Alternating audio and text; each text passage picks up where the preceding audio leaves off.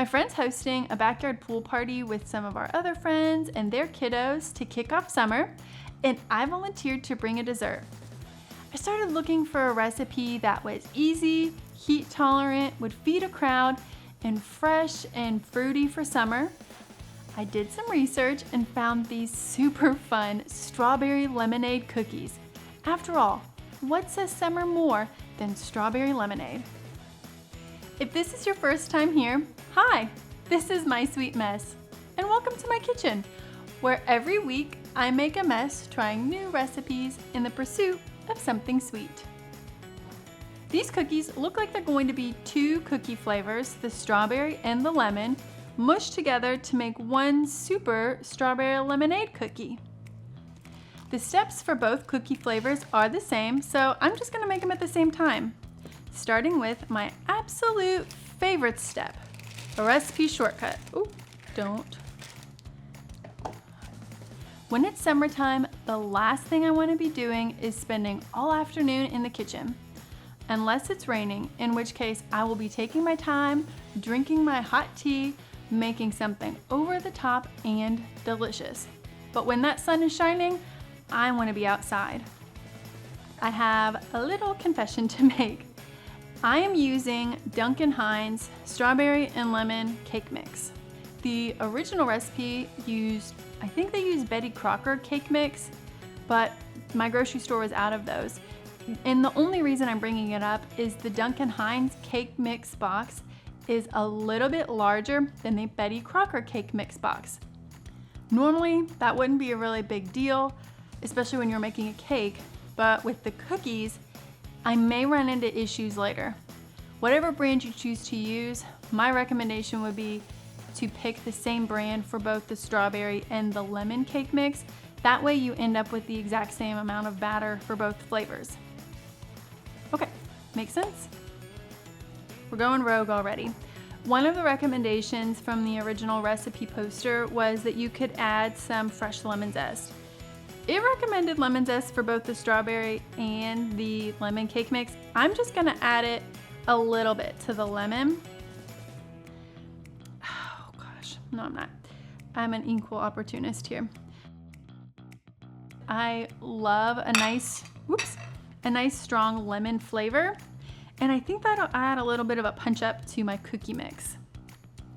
If you've got access to real lemons, I highly recommend you zest them a little bit before you get the juice out because if nothing else, it makes your cake mix smell fantastic. As you can see, the cake mix is really starting to thicken up, which is good. That's what we want. It's cookie dough after all, and here in a little bit, we're gonna end up rolling it.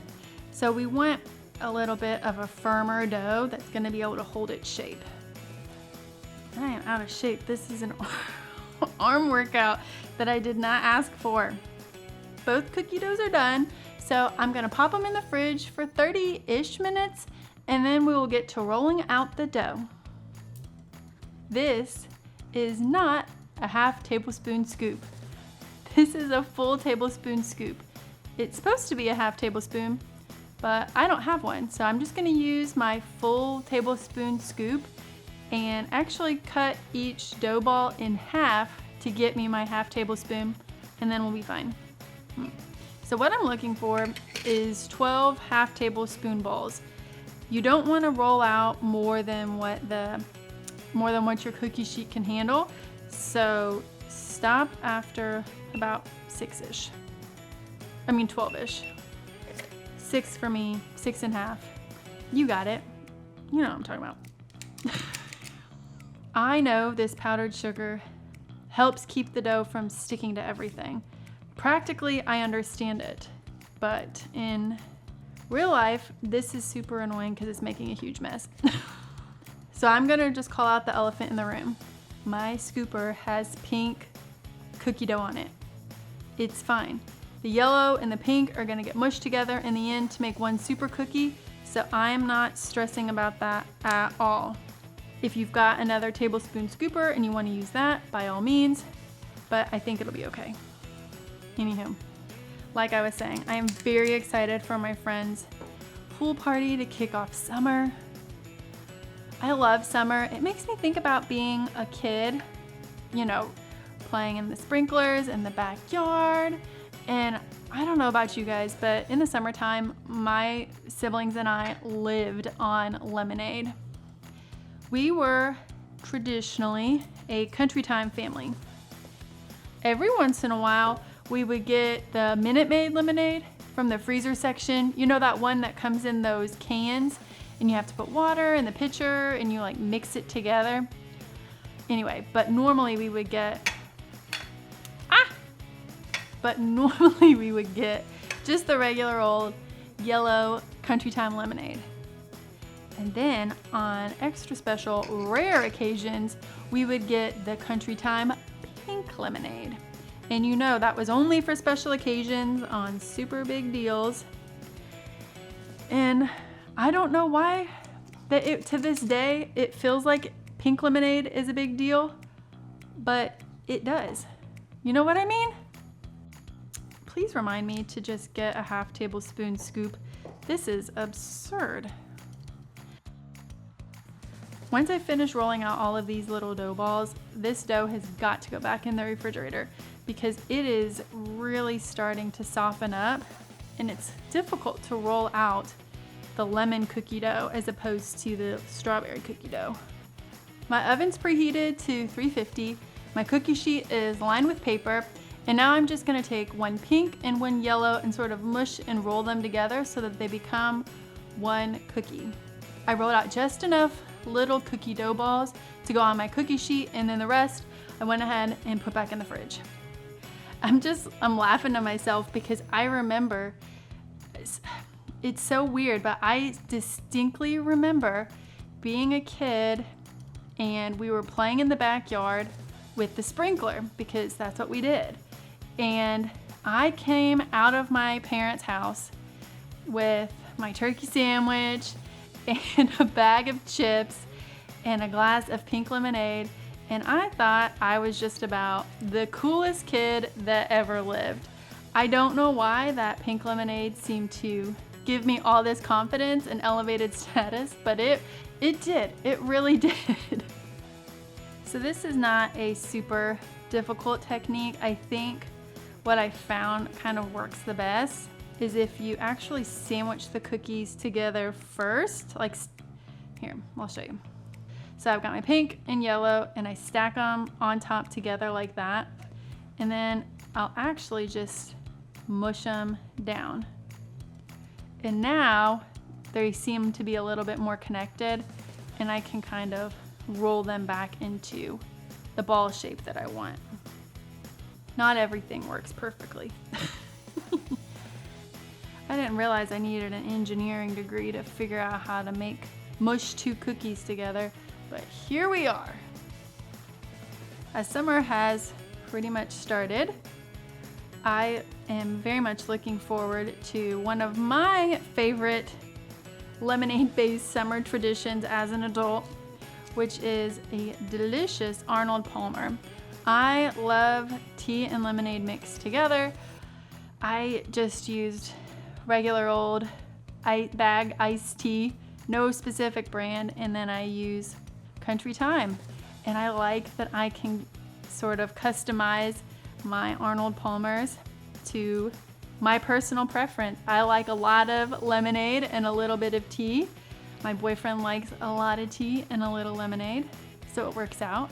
And after mowing the grass, there is not anything better, in my opinion, than an ice cold tea lemonade combo. These cookies are all rolled out and ready for the oven.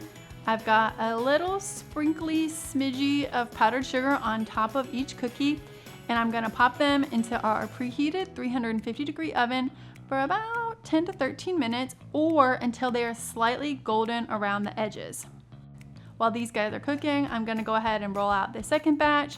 So I'll be back once my cookies are all done and cooled, and it'll be time to make a glaze. This recipe makes a lot of cookies.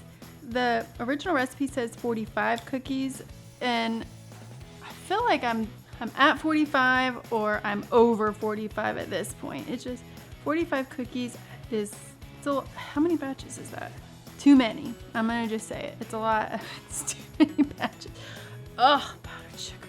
Anyway, my millions and millions of cookies are cooling behind me. So I'm just gonna make this quick glaze and then we'll drizzle it over top. Oh yeah, that looks good. All right. Let me get the cookies and then it'll be time for the fun part, which is drizzling this over the cookies. Oh, jeez Louise, get it together. Pro tip, if you are asked to drizzle a glaze or whatever over anything, put a layer of parchment paper down first. It makes cleanup so much easier. I left some of that powdered sugar from the baking process on, but if that's something that you want to take off, by all means. This glaze is not really adhering to the cookies, is it? It seems to be sort of pooling off. Uh-oh. This is not what I was expecting. I do not understand.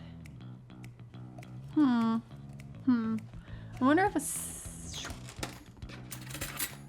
let's try it with a fork. I don't know about this. And I know that these cookies are completely cooled, so I know that's not the issue. They've been hanging out for almost an hour. I'm gonna let these hang out, dry off a little bit, and then we'll come back and taste them. Ta-da! Oh my goodness, look at these. Can you even believe it? Look how fun they are. I love that little bit of glaze. It does make your cookies kind of shiny.